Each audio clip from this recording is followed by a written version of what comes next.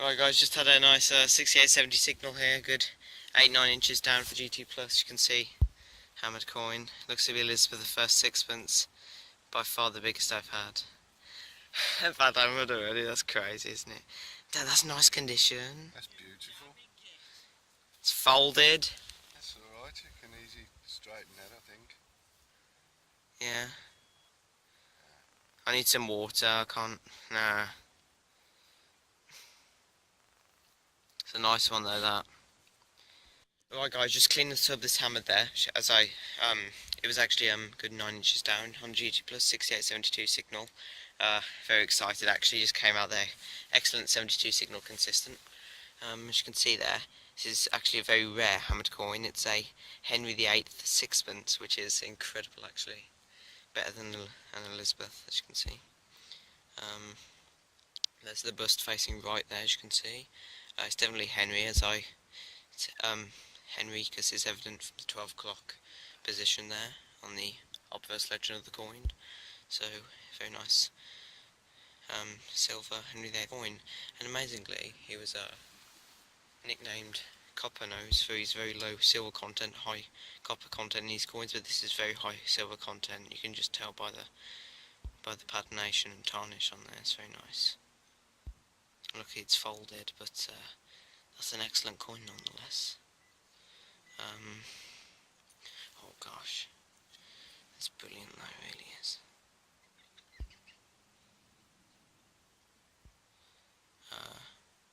Because there's no date on there, it's definitely Henry VIII. That's incredible.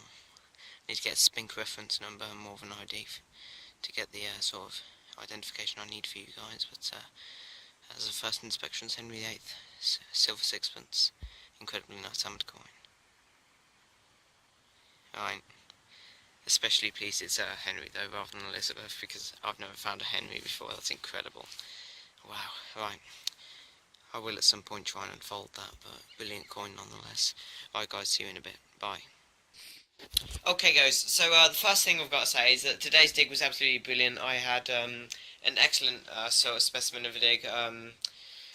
Reasonable few finds came to light, as you can see, with the inclusion of that copper love token of George II, which I didn't video, of course, the majority of which I didn't video, actually all of which I did video, with the exception of the hammered coin that I found, a very nice large hammered coin. I just gave the surprise value really, that ended just as I was talking. The clip just corrupted due to the low storage capacity on my phone. I didn't have enough data to video it, but anyway, I've got it in the roundup now. I've got enough memory to do so, so that's good. As you can see, a George IV Irish penny, dated 1823 there, quite a nice coin, and a button that my dad is willing to enter to the Clodopus Metal Detecting Club, our metal detecting club, our main one, into the button a month competition on Wednesday at the club meeting. So looking forward to hopefully that to win, because you'll see how good it is in a minute. It's actually a very nice button with very nice decorated, ornate, intricate design. So very nice button that.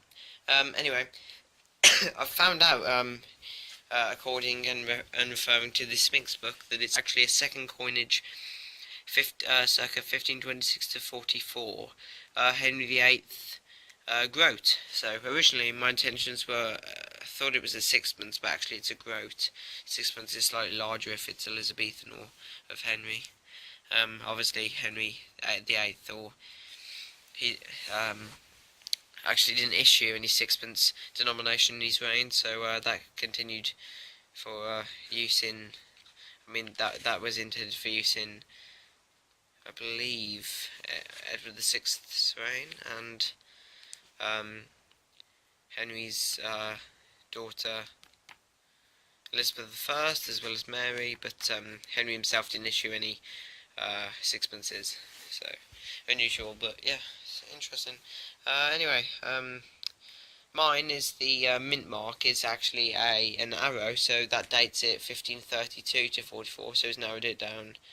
Sorry, 1532 to 1542, so 10 years, so that's narrowed it down by a few years there, which is quite nice.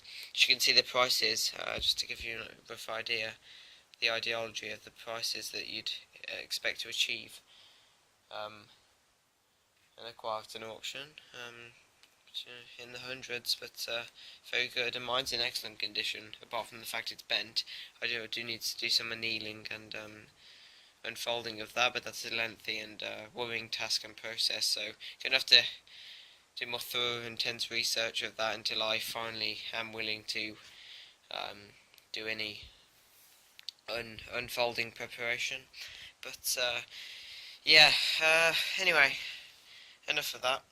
All I know is it's second coinage, Henry VIII groat, which is an incredible find, biggest hammered by far, excellent condition, probably the best condition hammered coin I've had. The way I can fault it is the fact it's got a bend, which is unlucky.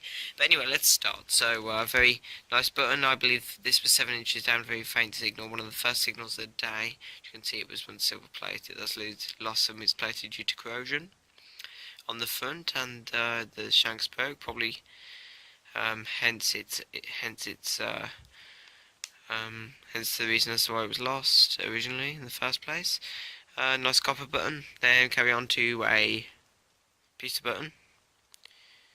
Seems to have copper and pewter in, since it's quite a green sort of silvery metal. So if it's green pewter, then it's usually got a copper content as well, rather than just simply pewter. Higher copper content in there. Shanks broken, hence its loss again. Of course, in this one, the shank's completely broken. It's copper button with the front is entirely silver plated. I suspect the back probably never has been due to the corrosion on there. It's just copper button, silver plate. It's a nice find also. My dad had that one, I think. And a normal, typical 18th century sort of date pewter button, very thin, fragile. Shank's broken as well. Don't get many with shank intact, so. But yeah, still a nice button. As you can see, it's been corroding and rotting around the edges. Whilst it's been in the soul for a good 200 years, it's been there. Then as you can see, you've got a nice large tomback button, probably 18th, 19th century again. Much pitting and corrosion has occurred on there. The soul actually was quite mineralised and acidic, hence the reason as to why most of the things I found were corroded, other than the silver I had, which is, of course, I'm referring to the hammer there. Other than that, I was digging, had a great signal in the 70s, one very few signals then, so I dug quite ravenously and violently, and unfortunately, in desperation to get the target out, I broke what is the remnants of a spoon, a pewter spoon. First was the bulb, then I realised I'd broken it, looked around in the hole, got that a bit further down. It was just literally sitting vertically, that was its orientation. So, as you'd expect, I had to dig really deep, and it's hard soil, clay-like soil as well, so really hard to dig, really. Yes, nice find. Probably 17th, 13th century, sort of. Yeah, it's quite primitive sort of design. It's quite unsophisticated. It's just typical spoon, really, I suspect, if you want to say it that way. But yeah, still a nice find. Then a Georgian sort of Jacobean type buckle frame, copper buckle frame. It's a nice one. She would have had the shape and pin and the bar going through, but fortunately that was lost, probably in antiquity. So I'm only left with the frame as a result, 300 odd years later. Nice find though. Then carry on. This is my dad's button. Incredible. Really is. Really nice. So I wish it remained some of its silver plate that's still evident there, as you can see. But very nice. Actually, when it was in the hole, I thought of it as a Saxon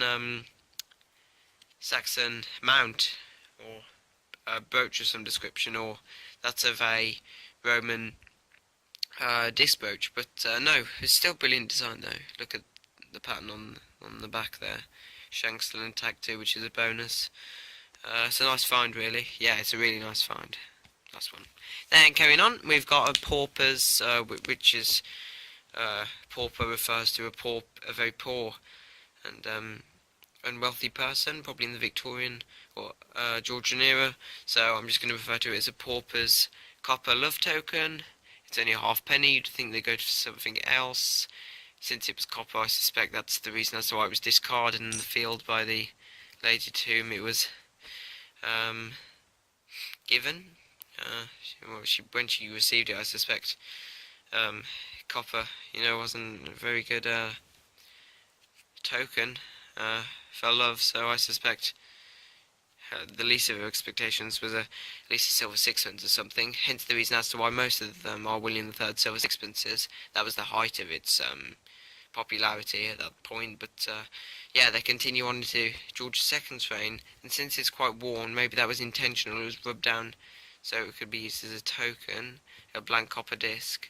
But from the reign of, that's a young bust of George II, so 1730s, 40s maybe this one was used, so it's quite old, yeah. You can see typical love tokens type shape that's being created there, so definitely love token. Nice find though. I found a couple of those copper ones, more so to the ratio of silver, so there's more paupers out there really than there are wealthier ones using silver and even in some cases gold. But I suspect if it's gold they'd keep it anyway since it's high value. But anyway, carrying on. Had this one about 2 inches down, screamer of an 88 signal, actually 5 inches down, but indicated 2 on the detector due to its magnitude of size, as you can see. George the Fourth, George's 4 there, as you can see. And then, by the grace of God, King, of course, because DG is Die Gratia, which is by the grace of God. As you can see, it's initialised as DG and abbreviated there.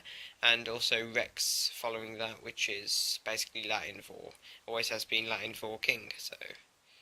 Harp on the reverse, Irish harp, indicating it was intended for Irish circulation. 1823, and this is the date. Let me carry on. This is actually could be a Roman coin. Very early, very rotten, destroyed, which is understandable for a 2,000-year-old coin. That is, if it is. It could just be a product or waste product of smelting or manufacture, as you can see, back in probably 1700s, 18th century, or something like that.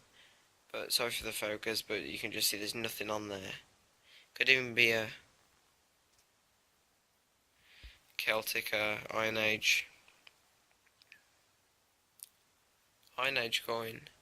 In fact, I think I can see a bit of detail on there, so I put my bets as Iron Age at the very, very most. But yeah, onto the piece of resistance. It is a Henry VIII groat. Mint marks arrow, so this indicates minted at the Tower Mint at London in the years from the years 1532 to 1542, so 10 years in the production of these. They numismatists believe anyway. Nice find, really nice. I just really hope I can get a good focus of this because it's a brilliant specimen, and by far the best I've had to date. Come on, I don't want to run out. 10 minutes video, 11 minutes now. Sorry, speak of the devil. Anyway. There we go. Look at his bust there. You can see it's folded, but it's in absolutely immaculately preserved. It's in brilliant condition. Wow. Look, if I go up there, you can see the arrow there, just to the right of that trifoliate crown. So, it's nice. It's nice. Then on the reverse, you've got the shield, 3 fleur-de-lis, 3 rampant lions, lions rampant. And, of course, you've got the arrow mint mark to the right of that too, that emblem, whatever that is. Anyway, and then, yeah, so no date, of course it's Henry VIII never had dates until Elizabeth, I believe, although with the exception of the Philip and Mary coinage, which had dates in them, but just not in this place above the shield, as evident in this example. But unlucky it doesn't have a date. I wish they did, but at least I've still got a 10-year date range, which is good. So I know roughly when it was minted. So that's a really good find. I will update you on a different video, of course, if I ever do come to unfold that. But I may as well leave it in the state it is. Some people prefer them as they are in the state they come out. It adds a bit more history as to why it was folded. It's just, you're ruining, really, you're tampering and messing with the history if you unfold them, I think. So it's a really hard decision. indecisive for many, I guess, because it's a hard decision really in its own right. So yeah, all right, that's all I've had. Even though that's quite an understatement, since I mean that's all I've had. That's quite good. Not as meager as last week anyway, of course. But yeah, other than that, guys, I will see you in a bit. 13 minutes video in, so in a bit. Okay, guys, this is just a quick update on that Henry VIII hammered silver groat I had, which dates to circa 1532 to 1542, as the arrow mint mark is evident on the obverse and reverse there, at the probably 12.5 o'clock position, as I'll show you in a minute. But I'm just like to say, very generously by a fellow club member, he actually offered to straighten the coin for me. So by the process of annealing, as you know, put it in boiling water, then put it between a clamp in that process, and gently unfolded it and unfolded it over many hours of careful and precautious work. And luckily, after some time, he did an absolutely stunning and absolutely excellent job of it. I mean, I couldn't thank him any more for this. Obvious courtesy goes to him in every case of this finalisation of my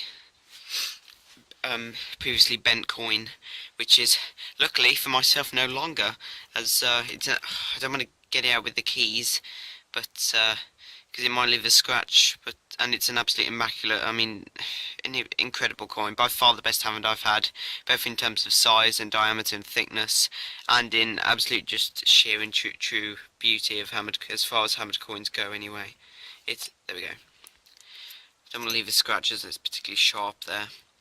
Obviously it's blunt still, but it could still leave a mark, so don't want to do anything bad to this brilliant exemplary,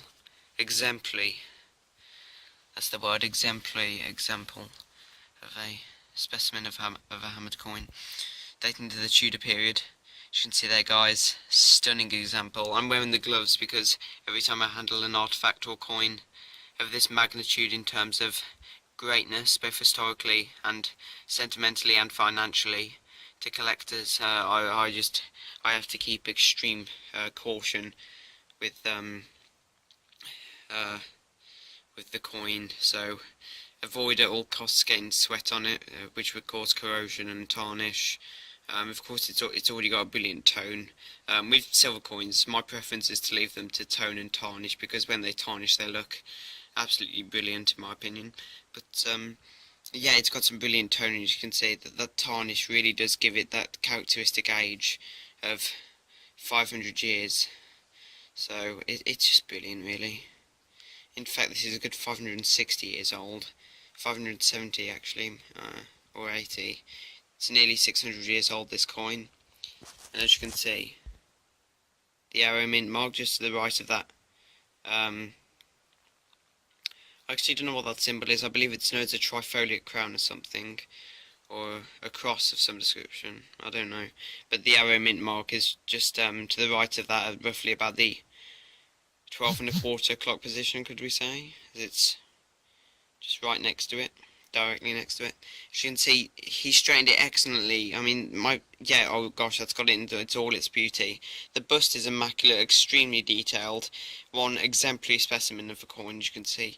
It's just stunning, it really is. In terms of market value, if you're interested, I suspect something around that of £100 odd, which is a very good price for a hammered silver coin. This one especially, minus the mark, would have gone for a few, good several hundred in its condition, but the mark decreases that dramatically, I'm afraid. But oh well. As you can see, it's got a chip there. That wasn't caused by me, that was when it was folded. I suspect it cracked a bit of the silver in there. But near enough all the writing is legible around the legend of the coin, around the edge. It's just brilliant. As you can see, when we turn onto the reverse side of the coin, stunning again. Look at that shield. It's just stunning. I mean, there's some slits in there where, while he was being very careful to unbend, of course, that's unavoidable. It's inevitable. But he left a few little cracks in there, which, no, I can't fault him, because that would happen with anyone, even the most professional.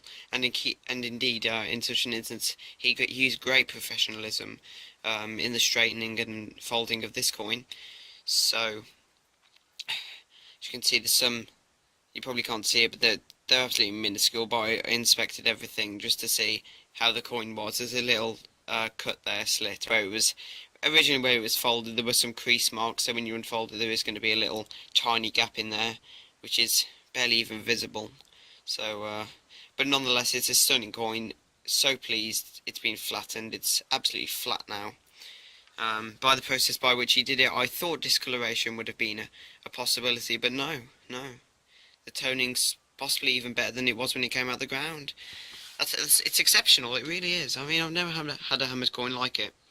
Of course, I've had, as you saw in the last video, featuring a hammered coin, the cut-off of King John, Class 5B, Money of Wilhelm, London. That was a stunning coin, but this is a full coin, and unlucky it's bent, actually, but as I say, you know, that's unavoidable now, but it's just stunning. I'd leave it as it is. I've put a very thin application of Renaissance wax on there, which sort of enhances the detail, stops corrosion.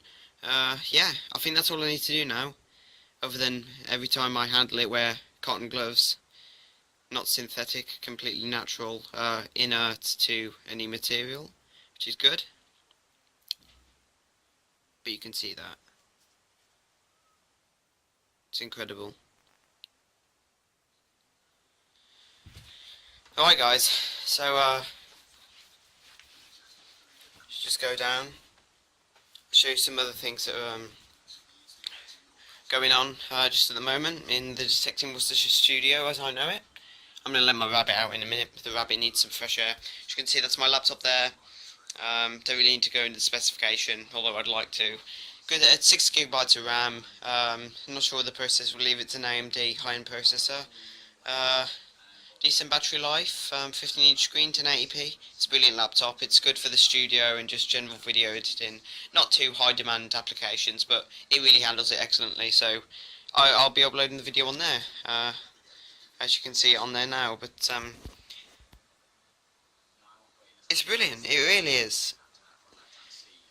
As I say, the video's been rolling a while already. There's my detector, 1080 GT Plus. Great machine, one of the best on the market in my opinion. Shouldn't really be getting a new detector for a few more years yet, as I've got a 5-year warranty on that, which is excellent value for money, as it comes included as part of the price, which was discounted in the first place on FUK suppliers. So doesn't seem to focus now, unluckily. But I'm sure you've already seen the majority of the detail on here, which is just brilliant. Absolutely brilliant. Anyway, if you can't see that, unlucky, but there we go. You already know how good that coin is. Wow. It is stunning. Henry VIII groat, very high silver content. Probably the millesimal fineness would be roughly around sterling, I'd say, in that condition. 0.925, so 92.5% silver, or 925 out of 1,000 grains of silver in there. So it's been debased slightly with a little bit of copper alloy or something like that, another naturally occurring metal. But other than that, it's very high silver content, brilliant coin.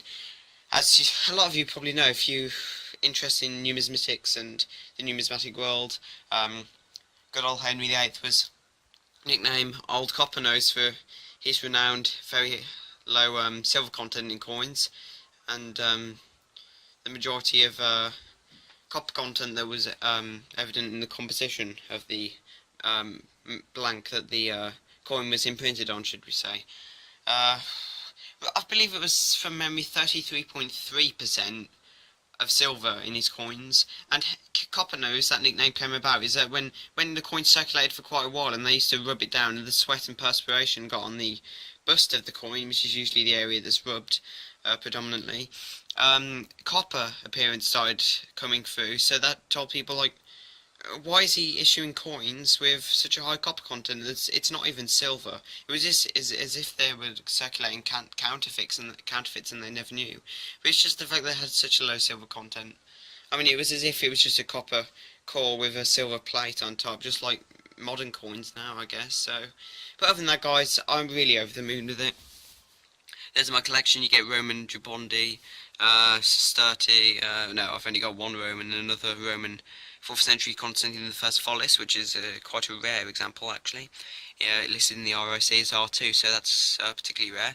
Um, yeah, there's a buckle over there that I had.